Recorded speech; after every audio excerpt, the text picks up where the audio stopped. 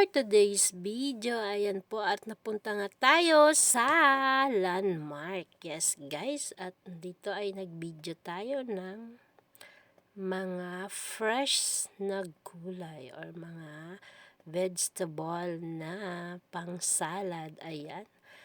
Yan, huminto ako dyan dahil na-amaze ako sa mga fresh na mga lettuce. Halo-halo, iba-iba mga lettuce yan guys. Yan. At dito naman yung mga tomato na malalaki. Malaki po yan, hindi lang masyadong sa camera. Pero may big tomato and small tomato. Ayan. Yan po yung mga pang-salad pag mag-salad kayo.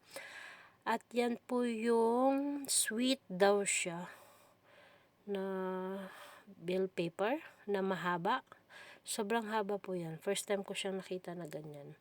Thank you so much sa inyong panonood ng aking mga long video at ang aking mga reels. Maraming salamat. Advance Merry Christmas po sa inyong lahat. Bye!